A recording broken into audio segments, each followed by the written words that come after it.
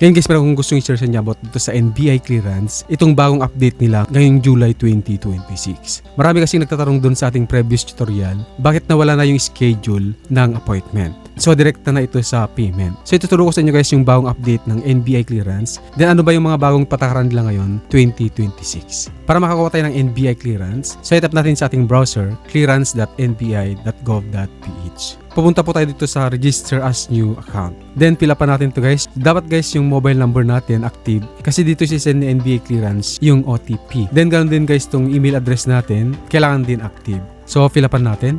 And after natin fill upan guys, click natin tong sign up. Ayan, so makakatanggap tayo ng OTP dito guys, dun sa ating mobile number. Ayan, then click natin yung submit. So sabi dito guys, we send an activation link to your email. Click the link to continue with your NBI account registration. So ang gagawin natin guys, check natin yung ating email para i-click natin yung activation link na sinend ni NBI clearance.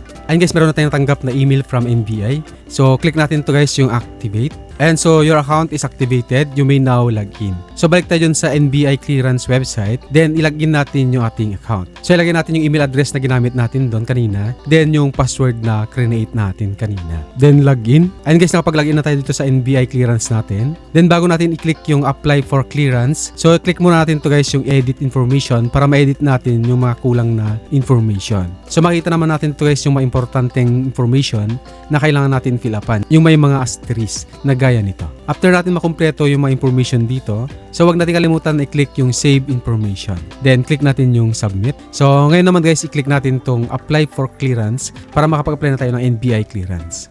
And select type of ID. So i-select natin guys kung ano yung ID na dadalhin natin doon. So ito yung mga ID na ina-accept ng NBI clearance. So halimbawa i-select natin dito guys yung UMID ID. Then enter natin yung ID number ng ating UMID ID. After natin ma-enter, so i-click natin tong I agree.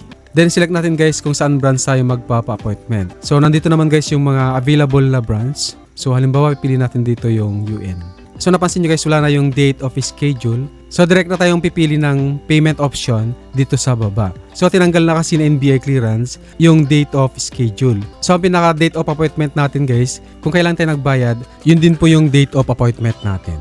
For example, pili natin dito yung cash payment, then proceed, and then proceed to payment. So ito yung pinaka-reference number natin. Ito yung gagamitin natin kapag nagbayad na tayo dun sa mga accredited payment ng NBI clearance. Make sure lang guys na kapag nagbayad na kayo dito sa NBI clearance, mapuntan nyo kagad itong appointment ninyo. Kasi kung kailan kayo nagbayad sa NBI clearance, yun na po mismo yung date ng appointment ninyo. So kapag hindi nyo napuntaan ayon sa NBI clearance, after 15 days mag-expired yung reference number, then hindi nyo na po ito magagamit. So ayun lang yung guys yung bagong update ng NBI clearance ngayong 2026.